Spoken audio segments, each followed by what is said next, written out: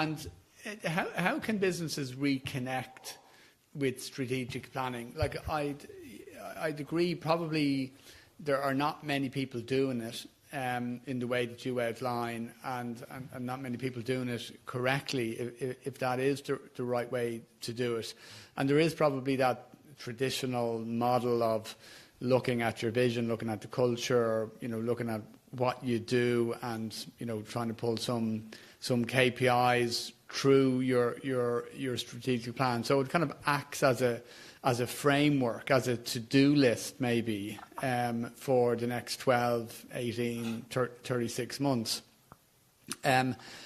What tips would you give to people who want to make a plan, a strategic plan that is useful, whether it's for the growth of the business and they may be stuck, Alex, in a commodity type market, but that can actually be a guide for them day to day, that can be a practical tool for whatever they want to do with their business?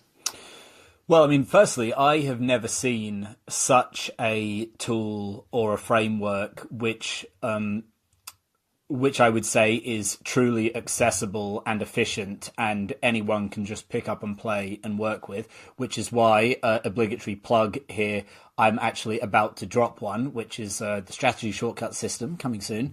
But forgetting about that, I think that if we want to take it back to real basics,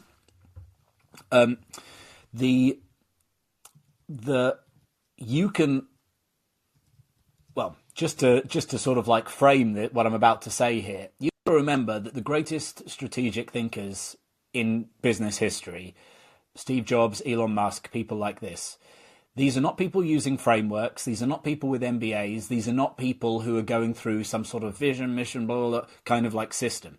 These are people who just got it, made the choices, had the idea, said, we are going to do X, not Y, and then boom, it worked, right?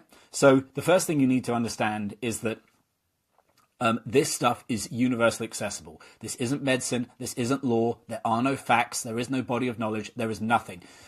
Anybody is capable of making better strategic decisions than the most high-flying Harvard MBA because there's nothing to know, right? So because of that, you just kind of really need to grasp some fundamental principles. And if you can then box your thinking into those fundamental principles, you're going to be 80% of the way there, right?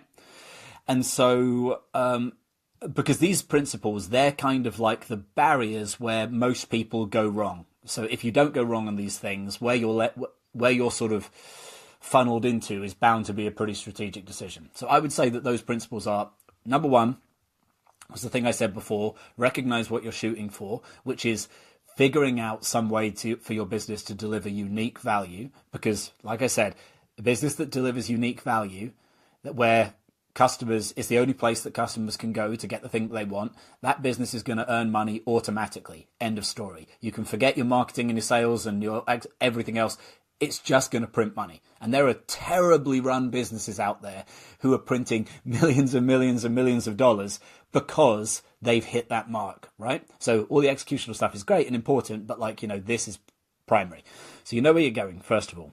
Then, okay, it's like, all right, well, how do I get there? You have to watch out for the traps that can knock you off. The first most obvious trap is you do not get there by focusing on quality or on trying to be better than the other options in your market. That's the first place that people sort of go wrong. They think, well, if I'm just better than all my competitors, then of course people will choose me and I'll win. No, it doesn't work like that. The market does not recognize better. Firstly, because frankly, better is completely subjective, and what does it even mean?